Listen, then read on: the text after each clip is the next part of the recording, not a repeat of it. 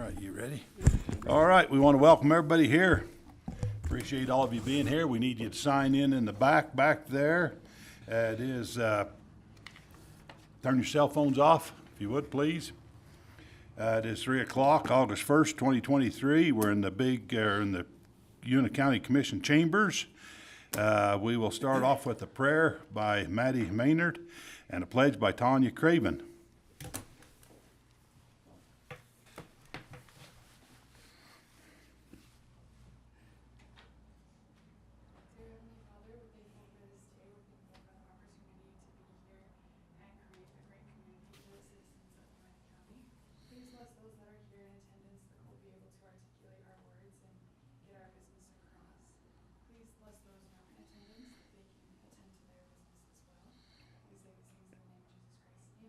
Amen. Thank you. Thank you. Allegiance to the flag of the United States of America and to the republic for which it stands, one nation, under God, indivisible, with liberty and justice for all. Thank you. All right. Approval of minutes for July 17th work session and July 18th regular meeting and July 19th special closed session meeting. I would make a motion that we approve those meetings, the minutes of those meetings as stated. Okay, we have a motion. I'll second. Second, all in favor? Aye. Aye. Okay, report of warrants, Mike.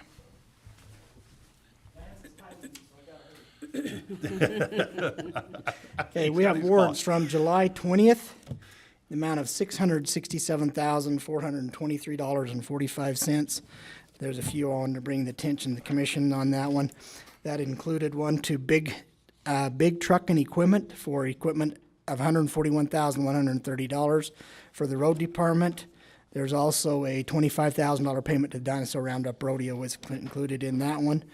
Also, there was a Heritage Ford for $63,210, truck for the cemeteries. On July 27th, the amount of $346,984.65, and that was just normal bills, commissioners. Okay, any questions, comments, motions? I'll make a motion to it. I don't need to make a motion. It's a warrant report. Never mind, we don't do that. I forgot. You almost No got me. claims Did on for this one. 5 You almost years. got me. I'll second Yeah. whatever you want to do. Should be. Okay, all right.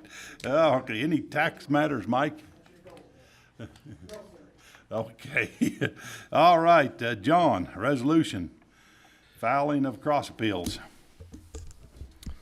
John. Yes, Commissioners, as we discussed, actually in closed session yesterday regarding some centrally assessed tax appeals, we have a resolution that's required by statute. It's a fairly new requirement under state law under 59-2-1007. It requires the legislative body of a county to, by resolution, authorize the entering of any cross appeals.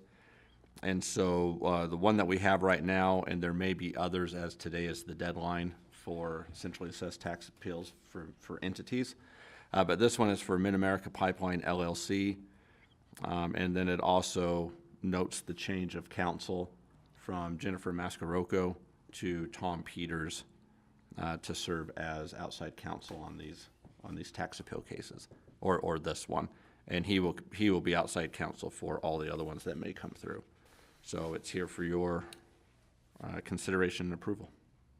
All righty, any questions, comments, motions? I'd make a motion that we approve resolution number 08012003R2, filing cross appeals for the 2023 centrally assessed properties as presented by Attorney Stearmer. Okay, we have a motion. I'll second. All in favor? Aye. Aye. Aye, motion passed. Great, thank you. Thank you. All right, outgoing Miss Uintah County. Come on up.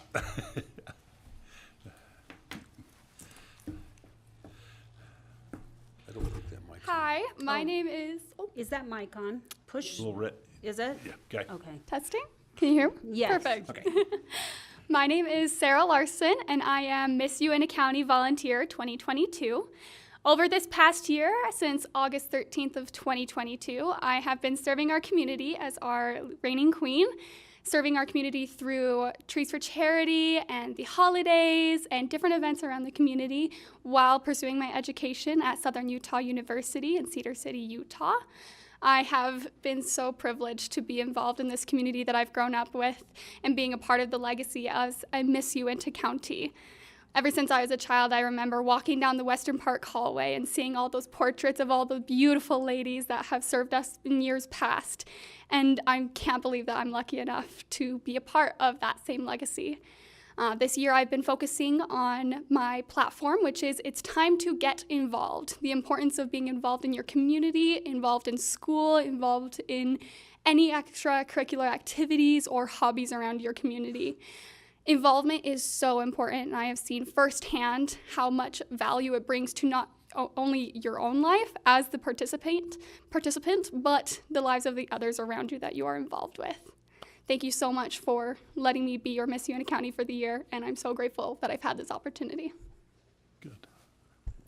Hi, I'm Kaylee Russell. I'm Miss Uintah County Teen Volunteer, and I just also want to say thank you for all the opportunities that I've had this year. Like, I've had so much fun going to events. Like, there's nothing better than going to an event and seeing like little kids and being like, oh, she's a princess. Like, it's just such an amazing feeling, and I just loved every minute of it. But one thing I want to talk about is my platform. My platform is We Don't Know Them, But We Owe Them, supporting veterans and their families. Growing up, my dad served, and throughout my life, I've seen what the battlefield left him. So I was super grateful to go to schools and talk to children about veterans and the awareness to them and why they're important to us. And not only that, I was able to meet veterans in our community and see their lives and how the Army or military affected them. And I think that was super cool for me, and I just am very appreciated of everything that I've had from this opportunity of serving. So thank you guys. Thank you. All right. Who's your parents? Both of you. Jeremy Russell and Heidi Russell. Okay. Ah, Josie. Yes. Plays with my granddaughters. Yeah, she's actually our little miss. Oh. Yeah. And my parents are Keith and Sherry Larson. I knew that. figured that after looking at you. I did. Yeah, You got the height. everybody knows me here.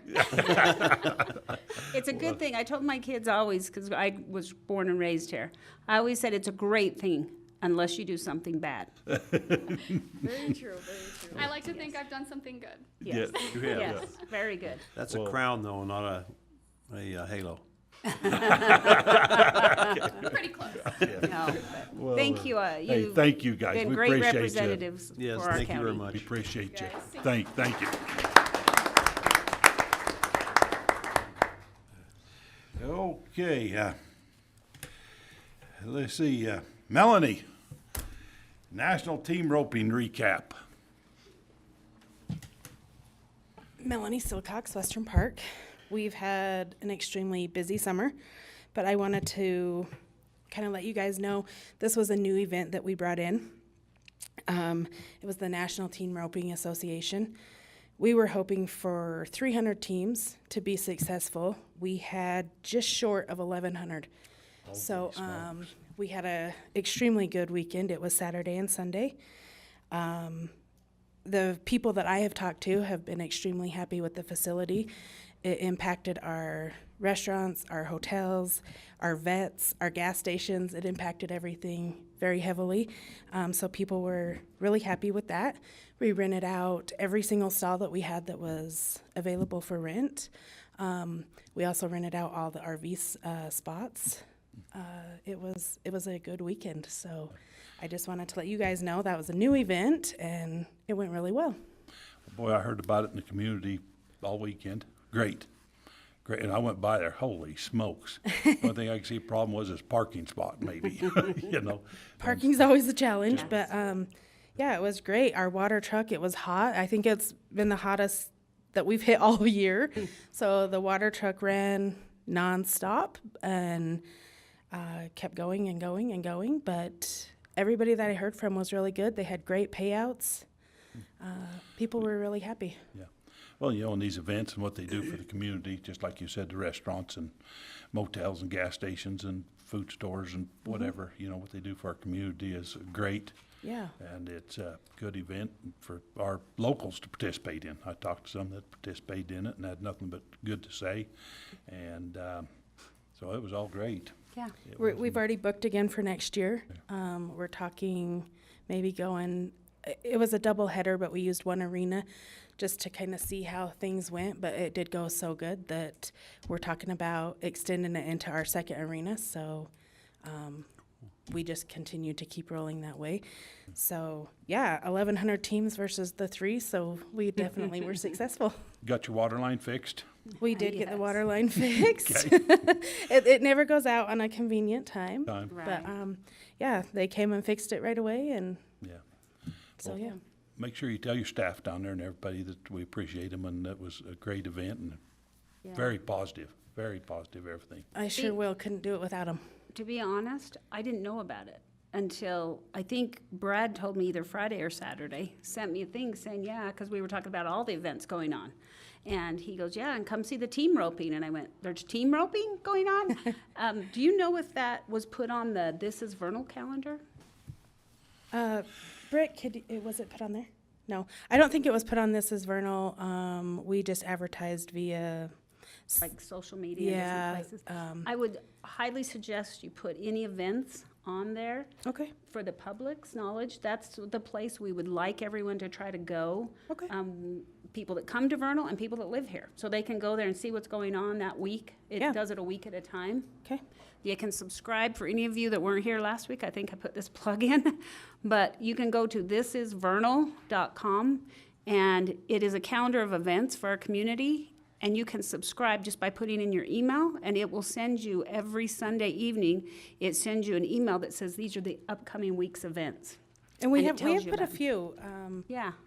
Yeah, we haven't put everything, but we'll have to start adding. Yeah, that would be great. Some I of mean, those to it. because I think there are a lot of people that miss out on the opportunities to go watch these events or participate just because they're not aware of them. And I know you can't get it out to everybody, but that's a good way to also help, and hopefully we can get more people to use it. For sure. Okay, Yeah. thank you. Well, thank you. Awesome. Appreciate you. Good job, great. All right, John Wesley Powell. Traveling, okay, I see who's coming. Yeah. Bridget Lake Tourism and Events. Yeah, so it was a very busy week.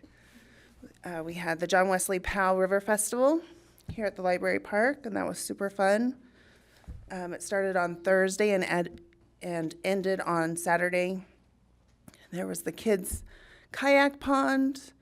That's always a huge success. Kids love it, adults love it, and it felt great because it was like 1,000 degrees outside.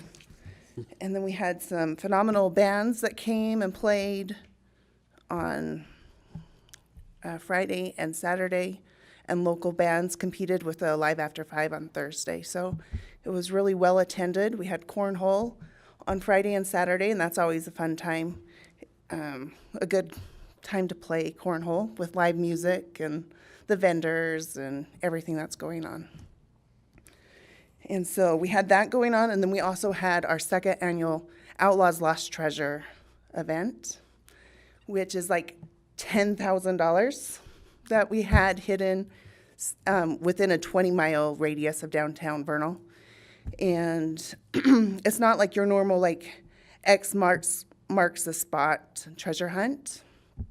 This one has a lot of ciphers and puzzles and brain work they have to do with it. So they checked in on Friday at 9 o'clock at Red Exit escape rooms, and then they were directed to the River Festival to pick up their packets. And, excuse me, we had nearly 400 teams this year, which is 1,584 participants with 40 different zip codes. So we had a lot of out-of-town participants this year. Did any of you guys try your luck with the treasure hunt? It was tricky. I never even made it past the first one. That's what I said. I said, this is way above my brain level, I guess, because I did not, even when they explained it after the hunt was over. Right. I sat there going, I never would have got to that point from where the clues were. So I don't know how they come up with it. They're way smarter than me. We started in December, if you can believe that or not. There's a lot of foreplanning that goes on with those, like setting up the clues months in advance, even to the point where Vernal City Public Works didn't know that the clues that they had set up several months ago were part of the puzzle. They just thought that they were out doing something that Quinn wanted them to do. So there ended up being a couple from Lehigh that found the key about 5:20-ish on Saturday. It was really close. There were 7 other teams that had all 10 puzzles found at that time. They had actually found it within 2 or 3 hours before this couple had found the key. And so we were all just kind of biting our nails, like who was going to actually get this treasure. The couple that won it, though, was very excited. And all the people that came down to Copper Rock for kind of like a recap, they're all planning on next year. It was really well received.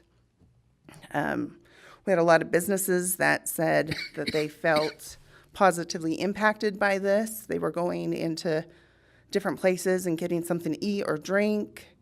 They were going into the museum, both museums actually, and just visiting our site and getting a little bit more of our history along with the search. So it was kind of cool. It was a fun weekend.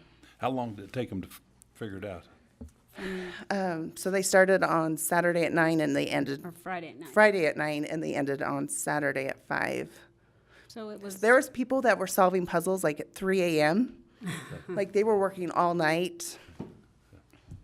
Yeah. That's good. I don't know if you noticed them, like we had a puzzle set in the park and so they were hanging out there a lot. They were looking for the clues and it definitely brought more people to the park, which was a fun thing. We had one of the clues over here at the monument.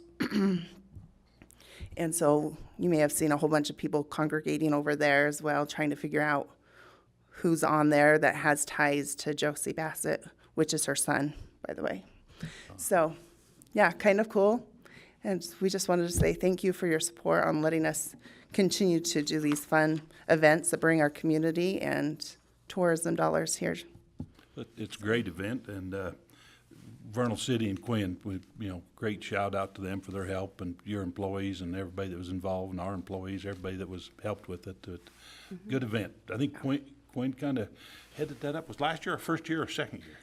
Last year was our first year. So there's a committee of about 4 of us that meet and work on stuff, and we all have different aspects of it. But Quinn is definitely a majority of the brains. Brain, yeah. Well, we appreciate them, the relationships Yes, that we he's have with them. Yeah. Thank you. Thank you. And pass the word out to thank you for everybody. And these events are cool. I know that one I think was on This Is Vernal. The John Wesley Powell thing and the treasure hunt was all on there. We also had the Channel 2 road tripping team come out, and so they did a TV segment on it as well, so on both things. So we were trying to promote it That's great. broadly. So Yeah, if people say there's not anything to do here during the summer. they're not looking. They're not getting out. They're in a shell. Yes. Yeah, I think it's a great. And I mean, both activities were a fun, family-friendly thing that didn't cost you anything. We live in a very special place that we offer so many things for no cost, other than your effort to get out there. So this, like the kids paddle pond, a lot of kids don't have that opportunity to go to a state park and to rent one. This is their chance, and so it's really fun to see them light up and to be able to have that opportunity here in the middle of town.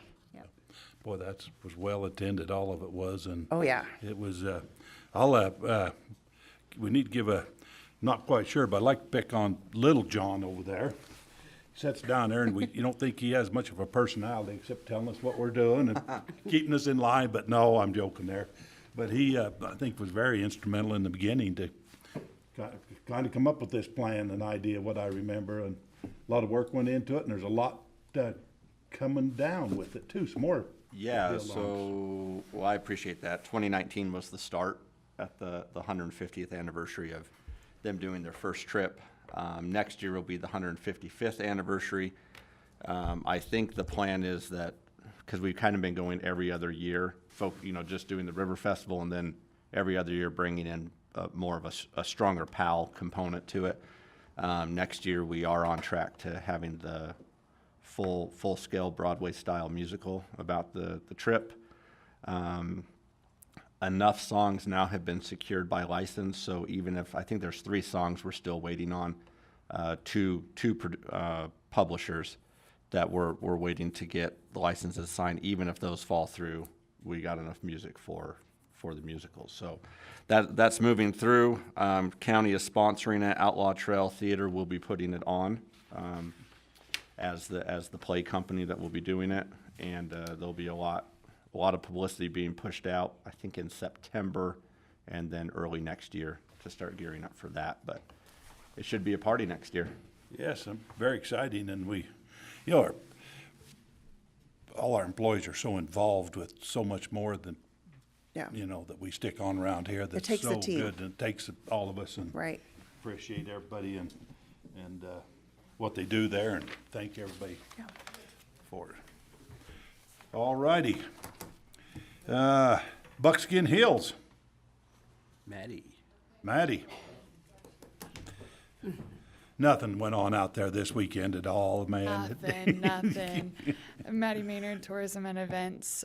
We had a lot going on out there. We had 3 different main events. So I'll talk a little bit about the motocross race with Utah Moto Co. And then I've actually invited some guest speakers. Eric Anderson's going to talk about our Precision Rifle Series match that he hosted. And then Sarah Gray is going to talk about the Diamond Mountain Speedway races. So first, the Utah Moto Co. came in and they hosted a motocross race. There were 440 rider entries and 443 spectators. So together there was 883 people out there. That's up 23% from their numbers last year, which is exciting to see. We're getting our name out there as a really good facility to come ride at, so more are coming. And they're reporting back on how our tracks are always in really good condition, so it brings more and more people every time, which is really cool. And this had youth riders all the way through novice riders and advanced, so they had like the really cute little guys in their tiny little motocross gear. It was awesome. They came from 4 different states, and they are coming back in about 2 weeks, a week and a half, so they'll be here August 11th and 12th, the same company, with all the same riders and hopefully more. So super exciting. And then we'll bring up Eric and Sarah.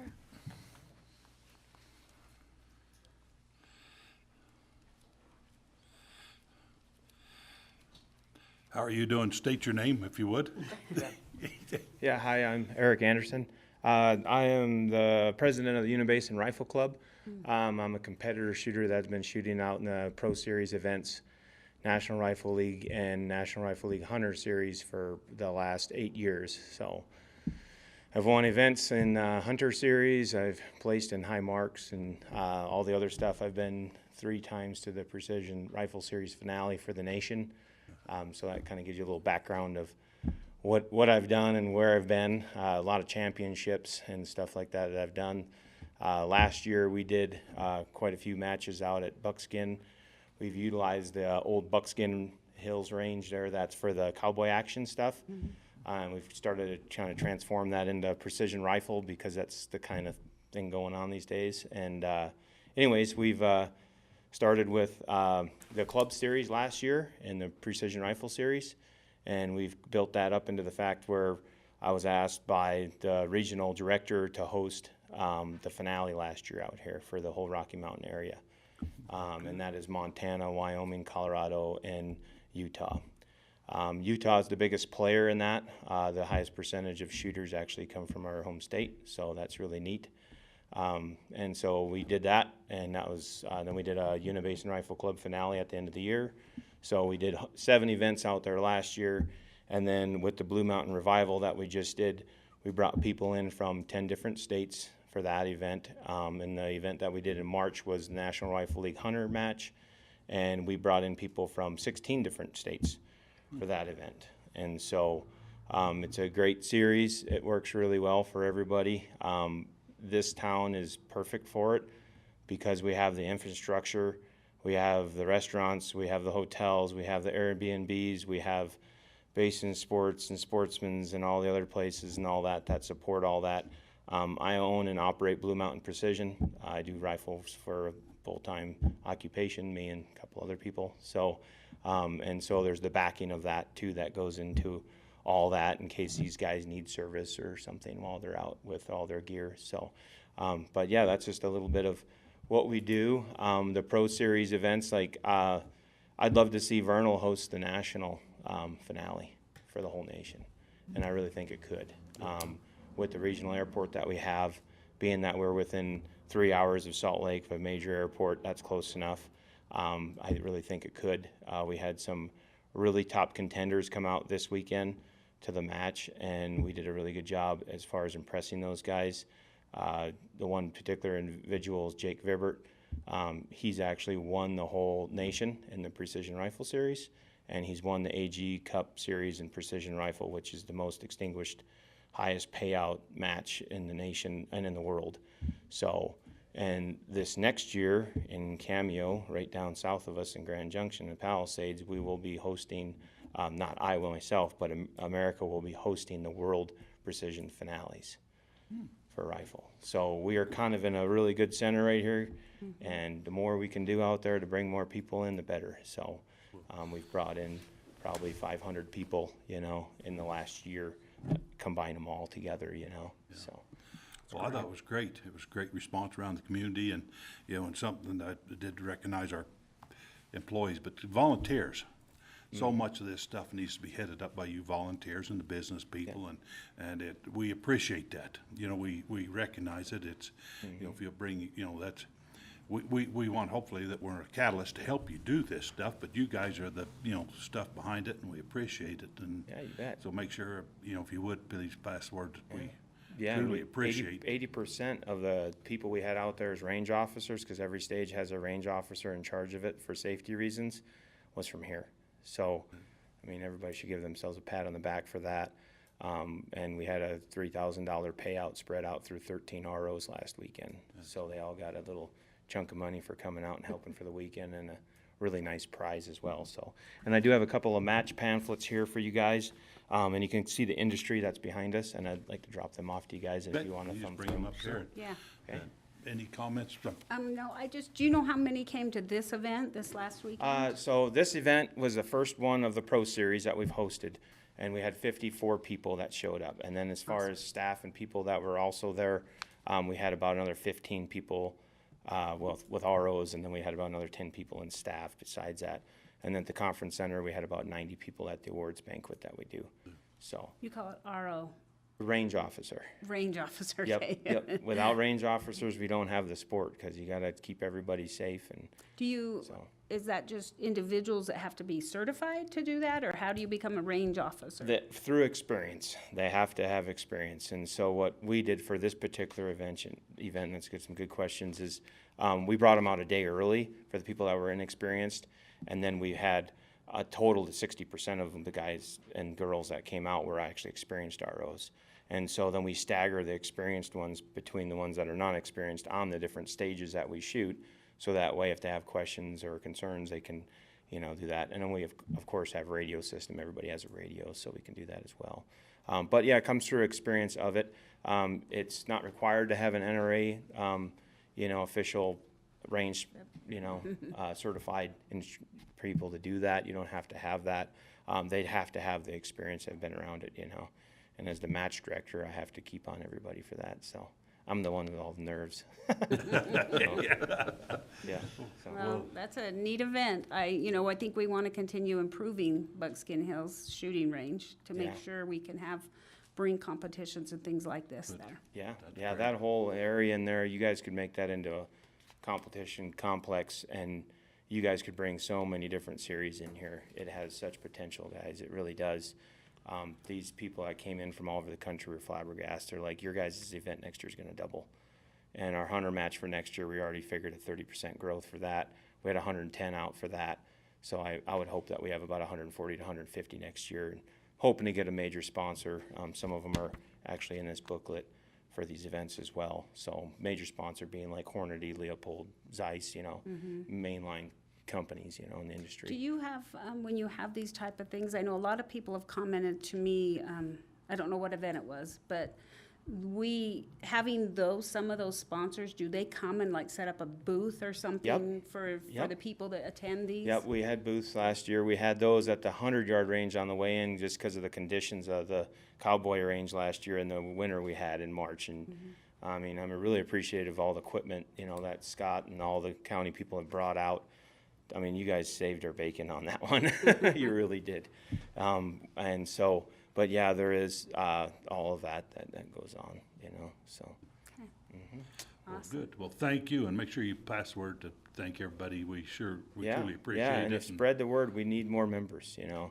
More members of the Base Rifle Club help out all these bigger events become bigger, and then we're more professional, and everything just kind of comes together. And I think we really knocked it out of the park this weekend, and we're going to see a lot more of it. So. Awesome. Good. Yes. Well, thank you. Thank you. Okay. You can just bring those up here if you want. We can set them here, but thank you for coming in here. Yeah, and giving us a Thank you for report. doing it. Thank you. Appreciate that report. Yeah, Thank you. awesome. Let's see, where are we at? This, Oh, Things have changed, You still evidently. get me. You still still got one have more, me. okay. Sure don't look like a Scott to me. Don't be skipping me. All right. better state your name, that's what we That's know. exactly right. I am Sarah Gray, and I am the promoter for Diamond Mountain Speedway. This is the first year that I have promoted. My husband and his family are longtime dirt track car racers, and so I kind of got wrestled into doing this. I'm pretty excited about it. I started last August for our very last race, and then picked up and started working with Scott and Maddie this year, and we have had a phenomenal year. We still have 2 more race weekends to go. And just to give you an idea of the difference between last year and years past and this year, last year they paid out $43,000. This year we'll pay out $137,000. So that will show you the number of cars, the number of people in the stands. We've really improved as far as the car count and those types of things. We also have excellent sponsors. I noticed that you asked, do the sponsors come out and participate? And actually, that is one thing that we have really encouraged this year. So every year we partner with Suicide Prevention. She came out this year both nights and handed out stickers. She talks to our racers. They really try to focus on even men as far as suicide and having those conversations. She did a great job. She gave away our trophies on Saturday night. And then this upcoming race, RDT is one of our big sponsors, and he wants to bring some activities to the grandstands. So he'll have cornhole for the kids and do a number of different things like that, and then he'll also give away our trophies. John was gracious enough to come out and see our track, and he was shocked when I told him before that we had over 400 people in the stands at our last race. Friday, we had 529. Saturday, 607. And John had asked me, where do you put people? Exactly. I'm still wondering that question. I know, right? It's really exciting. I think some of the things that have helped us are the candy dash. So during our intermission, we try to make this a real family fun adventure, and we have kids come out and they're able to race and, grab as much candy as they can. It's kind of been things like that where we've tried to attract the family. We've tried to attract that type of people in our stands. I do want to say what I have found most interesting this year is I have had people ask to come. This last time we had a sponsor from Arizona. He contacted me and he wanted to sponsor. The person who ended up winning our big race this weekend swept the weekend, taking home $2,500. And I've been really lucky. We're honored to have IMCA TV. They are a national television series that is dedicated to the sanctioned events surrounding dirt track racing. And so they were there this weekend, and AJ, who actually won, he raved about our track, and it is the best track he had been on this year. So I feel like thanks to Scott and the efforts of the county, we've really improved. I know even racers that haven't been here in years came this weekend and had nothing but positive things to say. So I think we're definitely on the increase. We have people who will drive to watch from Idaho, Arizona, Colorado, Wyoming, just to watch. I get lots and lots of phone calls. So I'm very excited about the direction we're going, especially since we're only about half a year through. I would love it, and this is totally putting you three on the spot. I would love it if you guys would come to and be part of our grand entry. So this last time we had, I only had 40 cars out of all of the cars that we had in the pits actually do. It's called a 4-wide salute. And so watching 40 cars go 4 wide around our racetrack is pretty exciting. It's a pretty neat event. Another thing I wanted to talk about was this weekend we actually had a racer who passed away about a week ago, and I had a number of people say, hey, can we honor him? And I'm like, sure, let's do it. Our community raised $3,000 in one night for him. That came from the people in the stands and some from our racers. But I thought that was pretty remarkable considering he's not from Vernal, but just to show, how much we're a family. We have lots of food vendors. Our next race is actually August 25th and 26th, so I brought you guys tickets. And don't you all worry, I'll be emailing and asking if you're going to come. When's it going to be? 25th and 26th at 7 p.m. In August. In August. We also do go-kart racing for our kiddos, which has actually grown and grown. We started with 3, we have 8, which may not seem like a lot, but it's a lot when you consider they bring their go-kart. So they are just like their dad, their mom, whoever's out there racing. I think we have done so much this year, and we can do so much more. I expect us to probably double what we've done this year next year. And so I just thank you guys for your continued support. If you have questions. Well, I've heard nothing but good about you. I think you got railroaded into the job.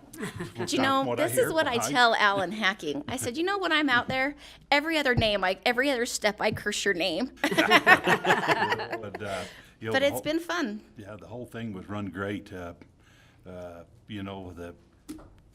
Everything, Yeah. I didn't get to come to stay through it all. Did you come out? Yeah, I Okay. watched the car go end over end and down on the. That was end a of it. fun time. Yeah, We've had a couple of timed those. that just right. Yep. But no, your volunteers out there, the people, We do. Scott and his crew, and Scott's not here, and Yep. I kind of know how many, Scott had put in so many hours out there this weekend, which is good, and that's what we want it to be good for you guys. Yep. Great event. It was a lot of fun, Great, actually. Great. I had a lot of people say to me, especially after we did the memorial on Saturday, I was a little worried timing-wise because we did some big things, because the gentleman's wife and daughter actually came to the race. And so people were so supportive, and even people from our community, and I think that goes to show, where we live, and we're lucky to be here. Well, when the people in the past, my son raced years ago out there and stuff, and Alan Hacking and Danny Mortensen and Yeah. the Grays, there's so much has happened in the past to keep us to where, Yeah, what it keep is, it going. what it is today, there's so many I'm not even mentioning. Oh, I but, know. It was, but we truly appreciate it. And it's neat. It's a good thing. It's love now we can sit up there in our cars Yes. and sit over there on the bleachers. It's a little cooler and stuff, but it's nice, but that's. Well, one of the things that I was approached by is they're hoping to do, it's called a Salute to Veterans race next year in the West. So they pull it in Iowa and a few of the tracks out there where they race a different track every night. So the gentleman was saying, with the way our track has been run this year, the way that it's been prepared, they would like to include us if they do it next year. You're talking hundreds of cars coming through. And even this last weekend, we had 27 hotel rooms for 2 days. So we're trying to make this something special, because I think it could be. We've got lots of fun things in the community. We've got Flaming Gorge. I was really upset that we were on the same weekend as you, but we still did okay. I was like, oh no. We do. We both do. So I appreciate you guys. Coordinate to make sure you're not at the same time. It's a bit, we'll have to do more of that this next year. But Yeah. thank you guys, all of you. Well, you've done a great job, Sarah. Thank you. Yeah. That's You have, and outstanding. great options for people that are in our community. Different things. Yeah. So it's wonderful. Yeah, next time I'm just going to come to yours, though, where I can lay in the kayaking pool. Hey, thank you. Appreciate it. Make sure you tell everybody we appreciate them and thank you. And what we can do to help you, would be glad to. Let's see, we got Buckskin Hills Lease, Big B Equipment is, Here she comes. oh, Maddie. Scott There you again. go. Hi, Scott. Just kidding. This is our lease for a tractor for out there at Buckskin Hills, so we can keep working on all these awesome venues and doing these things. It was discussed in the work session, and I believe John had a look at it and said it looked all right, so we just need to pass it Can through you and get just some state the signatures. amount for us? Yes. Let's see if I can read it. Just the total. Yes. Invoice the total amount of $5,730. And that's for the year, right? Yes. That's for a year. We lease this tractor. Yep, it's from April 15th to October 1st, 2024. Good. Any questions, comments? Nope. John, you're good, little John. Okay, let's make a motion.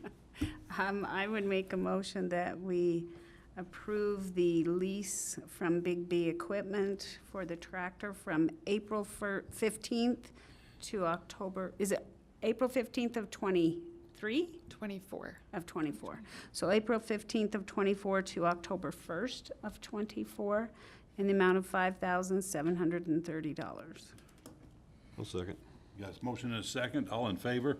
Aye. Aye. And none of these leases, just comments where are great. The deal they give the counties is. Yeah. Yes, We because as the to try to public- purchase that even would, yes. Yeah. It's So It's a great deal. Good Great deal, a promotional opportunity. deal they do, Yeah, so. I appreciate, it probably wasn't you as much. Thanks for coming and doing this reporting. But for, I guess, Scott and the road department for checking and looking at options, so we have Yeah. the best options available. Okay. Sam? Library, MOU with State Library. Hello, Commissioners. As we discussed yesterday, the State Library has put forth a memorandum of agreement that all the libraries in Utah, the public libraries, participate in. And what it does is it makes a statewide ebook, e-audiobook group. You might have heard of Overdrive or the Libby app. That's the same thing. But we've been participating in this program for the past several years. Last year, we checked out 76,000 plus ebooks, e-audiobooks. In comparison, our checkouts of everything else in the physical library is about 250,000. So this is a growing segment for us. They require us to put in dues. The dues won't be due until January, but the amount is $8,675, and that gets us on the year access to $700,000 worth of content that the other libraries in the state of Utah put in. So I think it's a pretty good deal. So what I'd ask for is authorization of my signature on this agreement, and then we'll build it into our tentative budget. And it has gone through legal review and has all the standard clauses if funds don't get appropriated or whatever that, you know. All that good. Hopefully we're not in that kind of a situation. Okay. All right, any questions, comments, motions? I'd make a motion to approve the MOU with the State Library authorizing Sam Passey to sign that document. Got a motion? I'll second. Second, all in favor? Aye. Aye. Thank you very much. And we had plenty of treasure hunters and ropers and everyone else in the library and the museum. Atlanta said the museum had a fantastic weekend. And I can tell you the library was just full of people that haven't been in for a long time or were new to the area, and it was a great orientation. We didn't give them the hint that the clue they were looking for was on the outside of the building until they'd gone on a good tour first. Sure. It was a lot of fun. Hey, Sam, thank you, and make sure you pass it on to your crew, and what a great job you do, and we appreciate it. And there's so many things more than just a library over there. I shouldn't say just a library, but I mean, there's so many things that you're involved with that is good for the community. Thank you. Ryan. Oh, I was gonna say, he's not here, but there he is. We got a state and local cybersecurity grant. Ryan Mattson, Uintah County IT. So this is the state and local cybersecurity grant program. This is our acceptance, I guess, of the approval of the program. Let me just read it, I guess. Uintah County hereby wishes to accept grant funding as a sub-recipient of the state and local cybersecurity grant program for submitted project as approved by the Utah Cybersecurity Commission, who serves as the Cybersecurity Planning Committee for the SLCGP, or State and Local Cybersecurity Grant Program. I understand that our organization will be required to perform the following tasks in order to be compliant with the terms outlined in the SLCGP Notice of Funding Opportunity. We have to participate in the CISA web application scanning, the CISA vulnerability scanning, the MS-ISAC nationwide cybersecurity review, and then the part that is of interest for the Commission is that we fulfill any required fund match contributions up to 10% of the approved project, and then we need to provide proof of expenditures for the grant and submit regular project updates. The amount currently that we are been tentatively awarded is $97,000. So a 10% match would be $9,700. The next steps after this, it goes to DHS for 6 weeks, and then after that, then there's another 4 weeks of people making sure funding goes where it's supposed to go. So we're probably 10 weeks away of actually getting the money, 6 weeks away of knowing for sure that we have it, but that's about where we're at. So. All right, so you need a motion to approve to accept the grant plus signatures probably. Is that what probably we? Yes, I believe that works. Ryan, did you kind of state what we would like to do with the grant? No. So for this grant, for the $97,000, the big thing that we're going to be doing is a one area backup, which is going to be, of course, multiple locations, multiple buildings, and offsite or a cloud, depending upon how the money actually looks that way. Right now, our backup solutions are a little scattered, and so that'll cover that. And then we're going to be implementing a lot of multi-factor authentication throughout the county. So that's the bulk of what we're planning on doing with that. So Sounds great. Any other questions or comments or motions? I would make a motion that we approve or accept and approve the grant, the state and local cybersecurity grant program in the amount of $97,000 with a $9,700 match.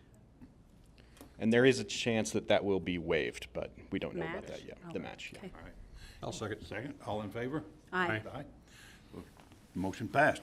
Ryan, I don't know who all to thank for doing the work on the grants. You know, you guys, I don't know who, but anyway, here, I'll just give this right back to you, but thank you. Make sure you pass that on, tell them thank you for the work and getting that grant and Yes. following up on it. Oh, geez, Lance. There we go. Oh, no, Lance. Lance, Yeah. behave today. Lance? Yesterday at a work session, all the contract forms for District Court, Uintah County Justice Court, juvenile delinquency and juvenile welfare, also our conflict counsel contract, as well as the form for private termination of parental rights were all modified to reflect the new division of duties, now including Daggett County representation, updated statutory codes, increased compensation, and the other red line changes that we discussed in detail. We are seeking commission approval of the contract forms that were discussed yesterday. Copies were sent to all the commissioners for their review before today. Stop time.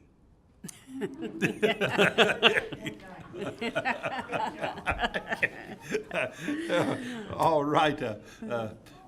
Any Good questions, job. concerns, or comments, or thoughts, or? Okay. Good. Look for a motion. I'd make a motion that we accept the contract form as presented. I'll second. Second. All in favor? Aye. Aye. Motion passed. Thank you. All right, number 13. It's all yours too, Lance. This will take a little bit longer. We're now seeking commission approval for the contracts themselves. So just so you're aware, there are four district court contracts for the amount of $110,000 yearly. Beginning in August 1st, the contract's going to begin August 1st and then go until the end of the year, which would be December 31st, 2023. Independent contractors for the district court are Mark Flores, Jenny Wingad, Bo Blackley, and Clint Hendricks. There's also one contract for the defense representation in the Uintah County Justice Court. That will be awarded to Jordan Van Oostendorp, a local attorney here. The yearly contract is $54,000, but until the end of the 11-month term, the amount will be $49,500, and that will begin August 1st. There's one child welfare juvenile court contract, which will be awarded to Jessica Peterson for 5 months for $37,500, beginning August 1st. The yearly amount for that would be $90,000 if we get the approval for the budget later on. There's also one delinquency juvenile court contract, also Jessica Peterson, for 5 months. That amount is $21,950, beginning August 1st. The yearly amount for that contract is $52,600. We seek approval of these contracts and authorization of signatures from this commission. Okay. Repeat that, please. One contract for. Go ahead and, any questions or comments? Make No, the motion. These were discussed yesterday in our meeting, and we spent a lot more time discussing them and asking questions. So just so any of you that weren't here yesterday don't know, we aren't trying to rush through these things. We have discussed them previously. But I would make a motion that we approve these the public defender contracts for district court, justice court, juvenile court, child welfare as presented. Okay, I'll second. second. All in favor? Aye. Aye. Thank you. Now, the process of signing them, how do you want me to take care of that? Leave them right here. Yeah, you can leave them up here You and got we'll sign quite them. a bunch of signatures there. Let's just leave them up here. Let's do that.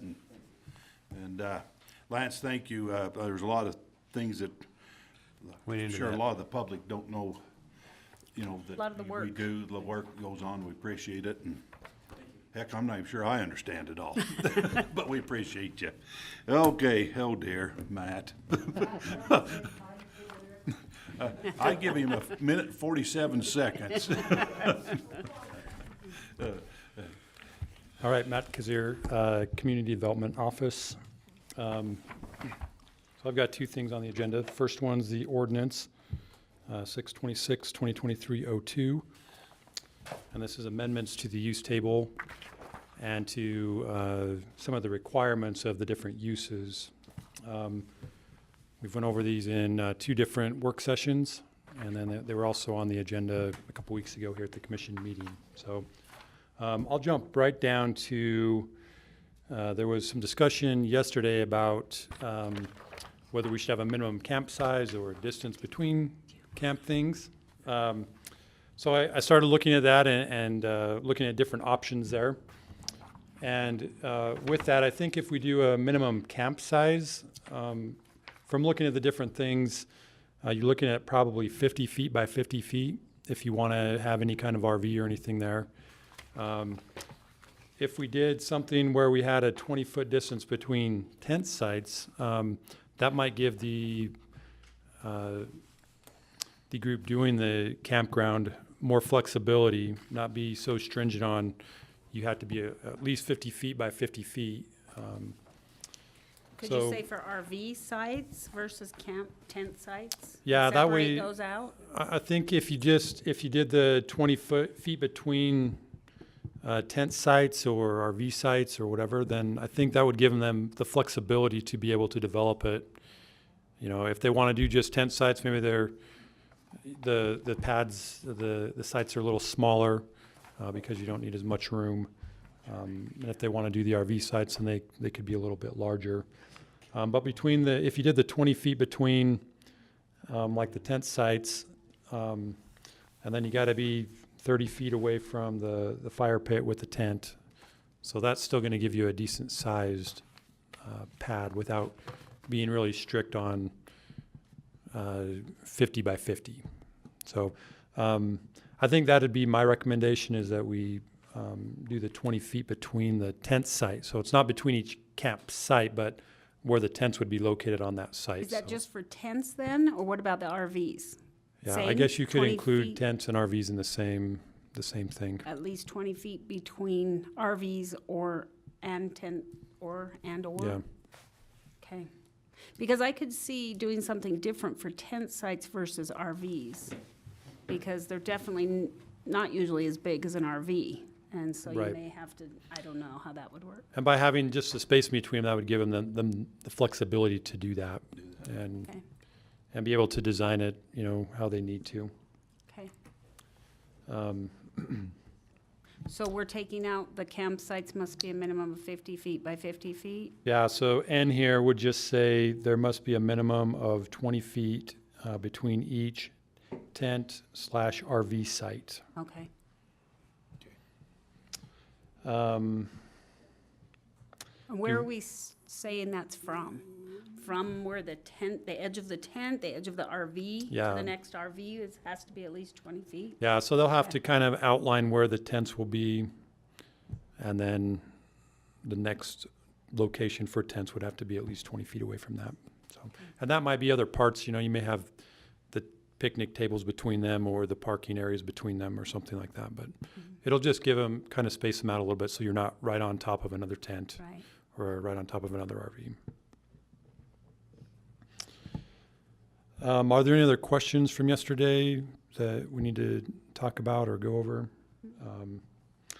This also includes the use table, which I do have here if you wanted to look at anything here again. I believe we've been over those at least twice as well. Yeah, Okay. so this ordinance includes both of those sections. Okay. All righty, any questions, comments? Nope. I would make a motion that we approve ordinance number 06-26-202302, to amend chapter 17.33 uses and additional regulations, use table and additional regulations. Okay, we have a motion. I would say subject to the verbal comments he just To the mentioned. changes as noted. Yeah, there you Okay. go. And I'll second that. All right, all in favor? Aye. Aye, motion passed. Okay, you're number 15 too, Matt. Yeah, so this is a resolution because our definitions are in our policy manual. And so these definitions go along with the changes that were just approved. They define, and again, we've been through these at 2 different work sessions as well. So we define what camping is and what a modern camp is, or what a recreation camp is, and what a semi-developed campground is, so that people are aware the standards that they have to develop to based on the definition of things. So, yeah, I don't think there was any real discussion about changes yesterday on this or at the previous work session, so. Okay. Questions, comments?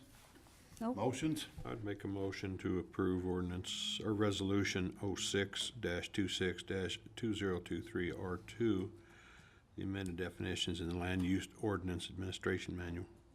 Okay, we have a motion. I'll second. Second, all in favor? Aye. Aye. Aye, motion passed. All right, thank you. Okay, now, John, we need to open up into a public hearing. Is that how I do that? Yes, you can just declare it open. Okay. All right, we are now going to move into a open hearing, public open hearing for the 2023 budget increase. Thank you, sir. Mike Wilkins. Okay, Commissioners, because this is a public hearing, I'd like to go over these by department. Presenting Resolution 8-123R1. These are departments that we need to make adjustments in their budgets due to grant funds that have came in and just financial things that have happened to them. Public Defender, $54,000. Data Processing, $45,000. The Attorney, $20,000. The Assessor, $15,000. Surveyor, $44,000. The Opioid, $62,000. Children's Justice Center, $40,000. Weed Department, $34,000. And pass-through of state grants of $97,000. The revenues for that will come from the AGRC grant of $44,000, IT cybersecurity grant of $97,000, olive tree grant, Russian olive trees for $34,000, Attorney General for the CJC for $40,000, opioid settlement funds of $62,000, Naples City prosecution of $20,000, sale of fixed assets of $15,000, and fund balance in the general fund of $99,000. Fund 11, Municipal Service Fund, Sheriff Department, $534,900. Unclaimed properties that we've received and got disposed of, $34,900, and fund balance of $500,000. That is to purchase new vehicles for them. Fund 21, this is where I deposited the opioid funds, $137,700. We need to move them out now to go to the general fund, so the revenue will be from the funds that came in there of $137,700. Travel and tourism, with all their activities, they've brought in extra monies and need to budget that for $122,850, and the revenue coming from their revenue sources of the travel and tourism of $122,850. ARPA funds, $64,000. This is interest that was made on the funds while we held them, and a balance. There was a Motorola bill that carried over for $64,000. Revenue sources, the ARPA funds, and interest from the ARPA funds. MBA, $247,000. Revenue came from the FAA when they paid us off. This is a transfer back to the Transportation District who made the payments. Library Board Fund for $5,000. Regional History Center fund balance for $5,000 for them to purchase some equipment. So, Commissioners, that is the breakdown by fund. I have more detail if anyone has any questions or that did not attend yesterday's meetings, because this is a public hearing. We need to accept comments. Okay. At this time, does anybody have any comments, questions? Boy, 4 o'clock. The ones that are still here and are still awake, we're in good shape. Okay. I did have a question. Yes. I don't know why I didn't ask this yesterday, but when we had visited about the Sheriff's Department purchasing those new trucks, they had talked about possibly being able to have $100,000 in their budget. That didn't happen? Brian, No. you want to answer that question? It was already encumbered. They thought they had it, but it turned out to be encumbered instead. It was basically restricted? Okay. That was my only question. Okay. All right. Not seeing any public comments. We'll go ahead and close the public hearing at this time, and then we'll move into the resolution for the budget increase. I'd make a motion to accept resolution 0801-2023 2023 budget increase as presented. We have a motion. I'll second. Second, all in favor? Aye. Aye. Motion passed. Okay, let's see. Do you want to sign one of these, or you got one? I just kind of wrote on mine. Let's just sign one. Okay. And this is John anyway, so you could let John do it. All right, Children's Justice Center. Kylan. Come on up, Cheyenne. She's gonna bring it back. Did you practice? Let's see, we have an advisory board appointment that we're gonna need to do at this time, and I don't know that you need to come. I guess John is the commissioner that's over that, and we've received an application, and I guess we kind of go to John's. Okay. And it would be, you have sent that to us with request for approval for Erin Rawlings from Vernal. She is a pretrial, I shouldn't say that. I am a pretrial defense attorney as well as a criminal defense and a juvenile defense attorney. I have worked with CJC in the past and appreciate the work it does. I'm happy to provide references or answer questions. Thank you. Received that July 17th, so it's been just a little bit getting here to us. Do you have any comments on it per se? I've worked with her in a previous capacity, and I think she'll be a great asset to our advisory board, bring some different perspectives for us, and I think we'll be a good fit. Okay, good. Okay. Based on that, I would make a recommendation. I do have one question, because Erin is great, but with her primary employment, is there anything that the board would go over that she would then become privy to things from the board that would then go to her private practice? No, because in advisory board, we don't discuss like case-specific details or really any cases at all. It's about general process and function of the center. Okay, all right, perfect. All right, based on that, I'd make a recommendation that we appoint Aaron Rawlings to the Juvenile Children's Justice Center Advisory Board, effective today, August 1st, 2023 through February 1st, 2025. Okay, we have a motion. I'll second. Second, all in favor? Aye. Aye. Motion passed. Would you contact her and let her know, ma'am? Thank you. All right, well, public comments. Oh, whoops, never mind, back to Mike. He's a public comment. Just for the record, who did she replace? Or was that an open seat?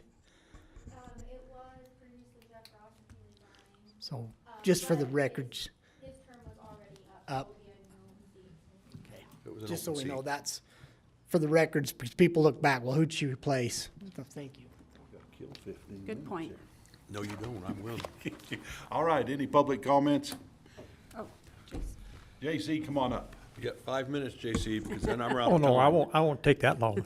I got a comment, a question. Excuse me, J.C. Brewer. I think it's no secret that everybody in this room knows that I travel the southern end of the county extensively. So I'm always interested in the transportation system. I come down to Seabridge Highway last week. Looks like some serious maintenance work being done on it. I'm delighted. I like to see that work. Mike might probably could have answered this, but it's just as easy because you guys are captive right at the moment, so I'll ask you. Did we not budget money for the completion of the Red Wash Road I can. this Is it year? okay to Are we going to answer do it that, or are we during going to public push comment? that back? What's happening there? So I would, for this meeting, we can receive the question, but then right after, if you can. Okay, I'll just Yeah. get with you after the meeting and Okay. discuss that. Okay, Yeah. I don't care. Somebody else asked me that the other day, and I said, you travel this country extensively down here. What's happening on that road? And I said, I'll ask at the commission meeting. I work with the USSD one, which is the transportation district right Okay. now. So we'll talk about that. Okay, if you've got 5 minutes after the meeting, I'd like to, there's a couple of roads out there that I have some questions on, and so, thank you. Okay, all right, any other questions, comments? Okay, seeing none, I'll look for a motion. I make a motion, we adjourn. We are adjourned.